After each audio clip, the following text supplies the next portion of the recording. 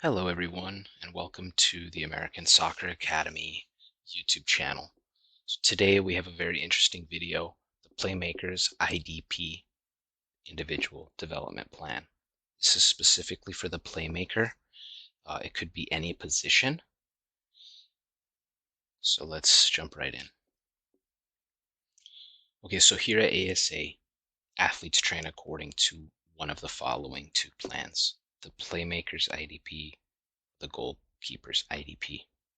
These programs include 12 tailored sessions for playmakers and goalkeepers of all ages, specifically designed to work through each athlete's appropriate IDP. In this video, we will show you how to use the Playmakers IDP. Let's start with highlighting some Playmaker statistics, just to put things into perspective. Okay, Landon Donovan, the 2013 season, top left box. You see he has we're going to look at the key passes per game, the dribbles per game, and the pass success. He was averaging almost 3 key passes per game. Okay, so that's a statistic that a playmaker is going to want to know about himself. Definitely helps you realize how many key passes you are contributing. The dribbles per the game, you don't want a high number of this, and you will see later in the video. I'll show you what I mean by that. And the pass success, of course, you want that at 100%. It's nearly impossible. So if you break down your passing into different types of passes, then you would be able to achieve 100% pass success on the short passes in a game. The long passes are a lot more difficult. And so if you focus on different chunks, you'll see that your pass success will increase. So looking at Christian Pulisic, same thing. Key passes per game, 1.1. Got 1 key pass per game. Sometimes that's all it takes. Successful dribbles per game, 2.6. So he has almost the reverse of what Landon Donovan has. His highlight here. But if you look in 34 matches for Christian Pulisic, the top line there's 34 matches, he got 4 assists. 34 matches, he had 1 key pass, and out of those key passes, he got 4 assists. Well, a key pass is something that could lead to somebody else getting an assist. So it's very important to kind of know that. And then here at the bottom, big chances created, 10. So 10 big chances in 34 matches. It's not that much. You can become a playmaker by changing a few things about your game, creating a couple big chances per game, and that would really boost your skill, your everything. And so that's what this is really going to be focused on. We're going to try to boost your numbers here. We're going to kind of give you an idea on how to do this, okay? So someone with good technique is biomechanically efficient. Can you think? It's all about technique, okay? But we will not be showing you any technique in this video. We are basically teaching you how to use the IDP. You can get an IDP for free if you stay till the end of the show, till the end of this video. Subscribe to our channel, and you will see how you can get a free IDP for your player. You can go over it with your coach. You don't have to do anything with us. You don't have to. I'm not forcing you to do anything. You could just grab it, get it for free, go to your coach, and improve your game. That's why we're sharing this. Okay, so this is the Playmaker IDP template.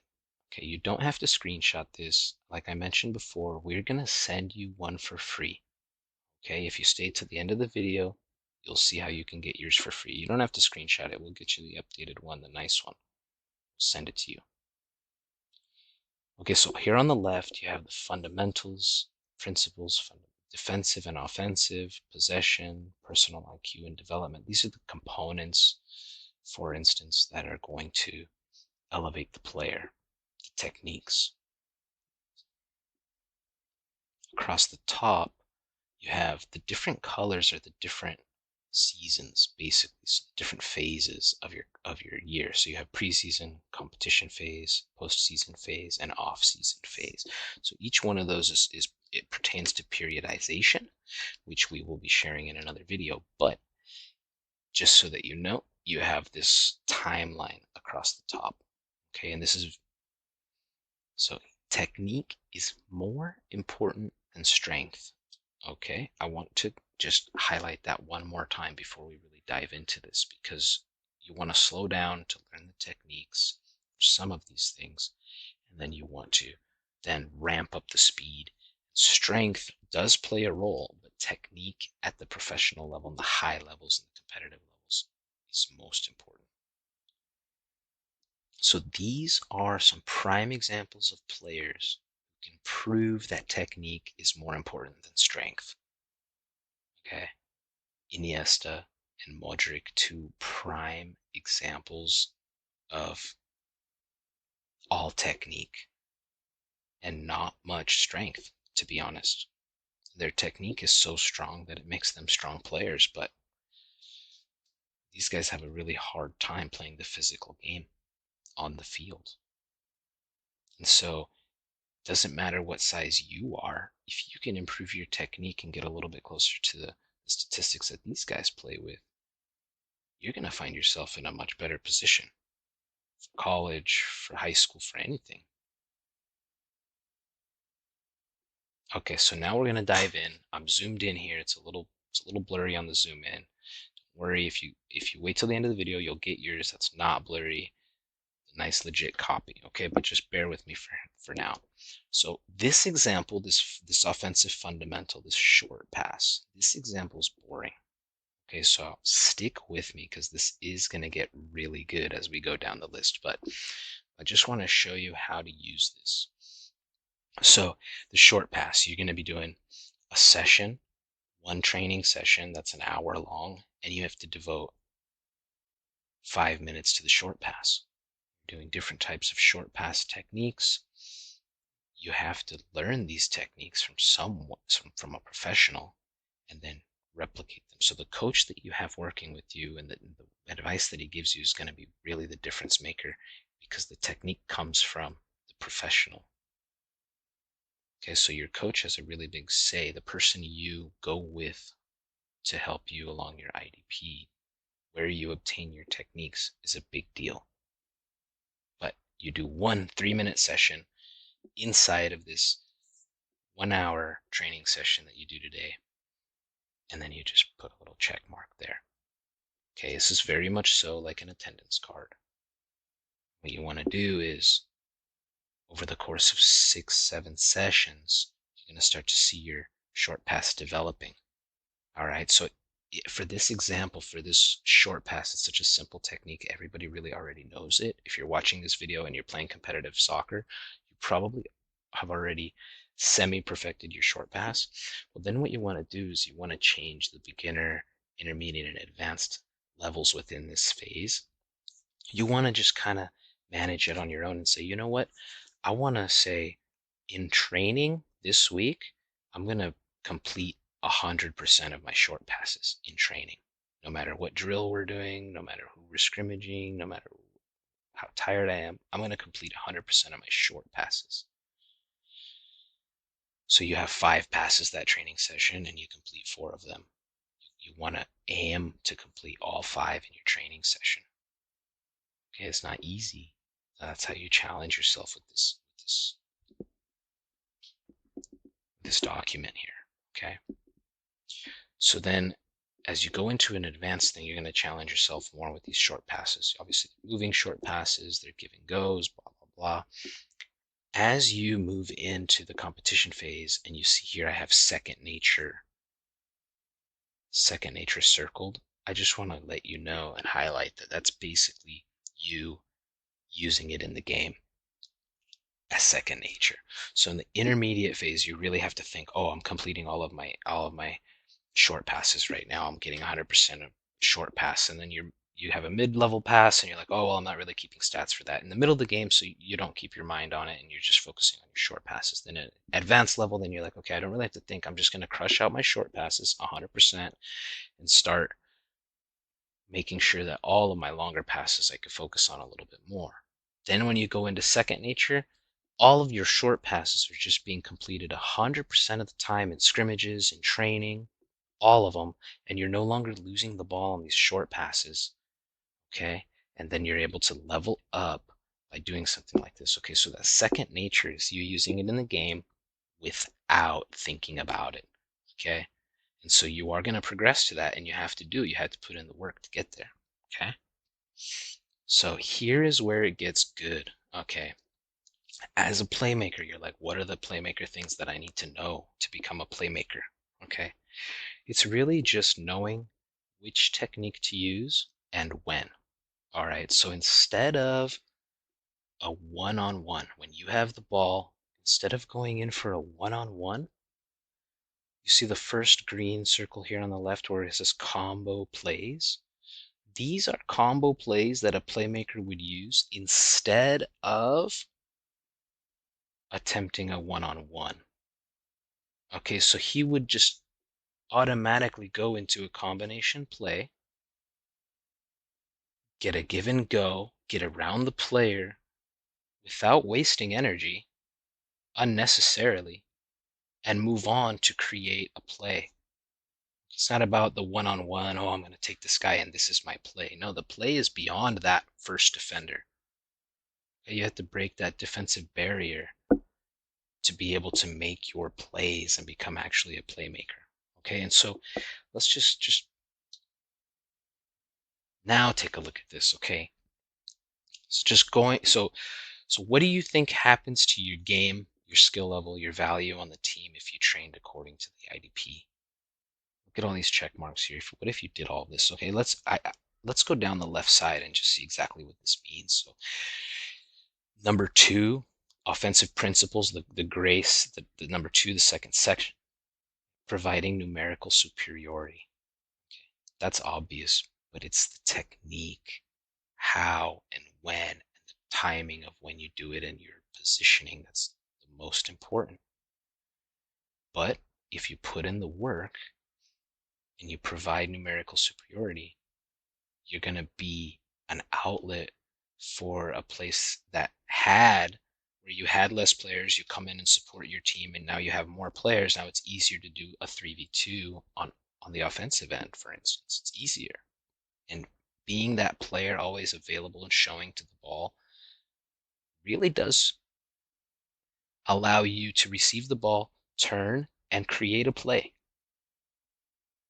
Okay?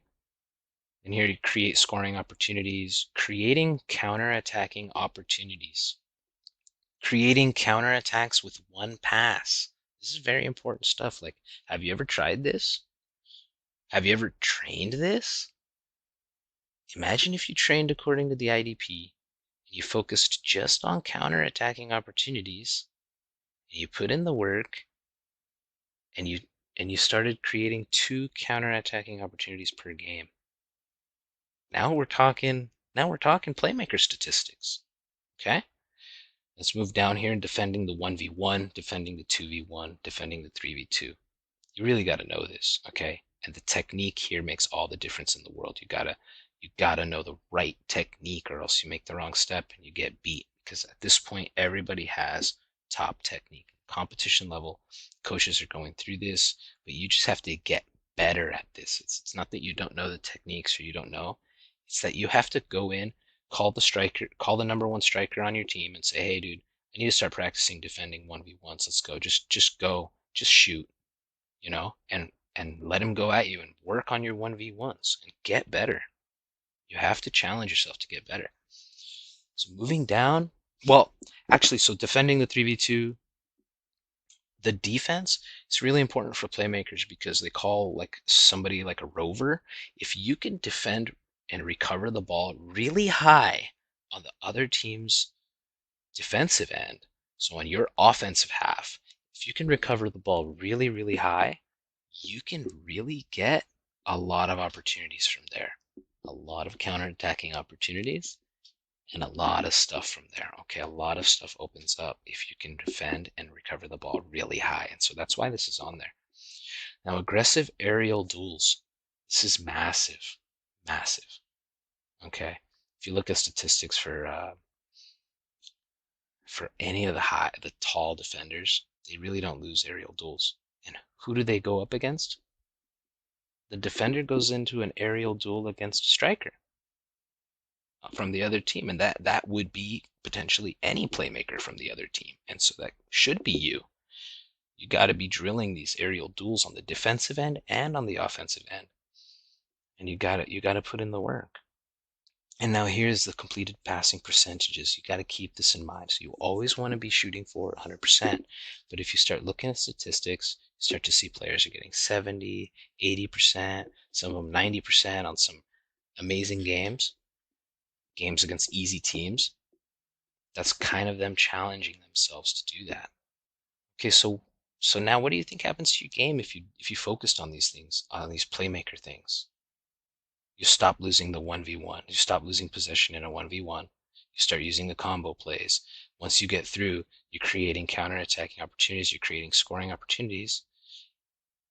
And then you defend high, you're recovering the ball really high, you're creating counterattacks. If you're winning aerial duels and you're completing your passing percentage, how much do you think your game changes? How much do you think that would change? Now look.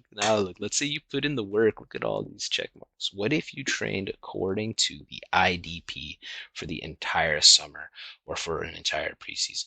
Look at this. Do you think right now that if you did this, you would be better? How much better do you think you would actually be? I'm willing to say you would be a lot better. This is a massive improvement. Anybody that's not doing this, if you were to start doing this is like massive improvement stuff. This is leveling up on another level. Okay, and the IDP is so serious because of this reason. Okay. Now we're going to take a look at some of these international stars just to show you these different types of analysis and statistics so that you can understand. Okay, so starting from the top left, accurate long balls, 14 in one game. That's Andres Iniesta. Key passes, 3 key passes in one game, and 103 touches. The accurate long balls, 14. That is so impressive.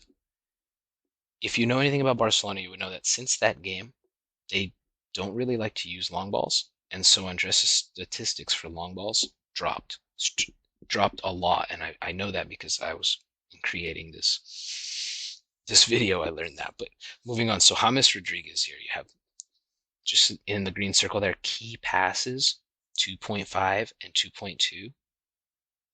That's like not a whole lot, right? Except if you average it, it doesn't seem like a lot. But if you're to start focusing on your key passes and getting key passes, which a key pass is something that would lead to an assist or it would lead to a through ball to a shot or to a scoring opportunity. That's what you want to do as a playmaker. You're creating these key passes. So you really got to get 2 of them in a game, 3 of them in a game to be impactful. Okay. Now the top right over here, where you have Barcelona against Real Madrid, you have Frankie de Jong and Luka Modric. We have Modric has 20 dangerous zone passes. Okay. This is massive. Think about this. If you were somebody that gets into a position that Modric gets in on your team, count how many dangerous zone passes you're getting. Try to increase that. Okay, now we go to the bottom left over here, Luka Modric again. Accurate passes in the opposition's half.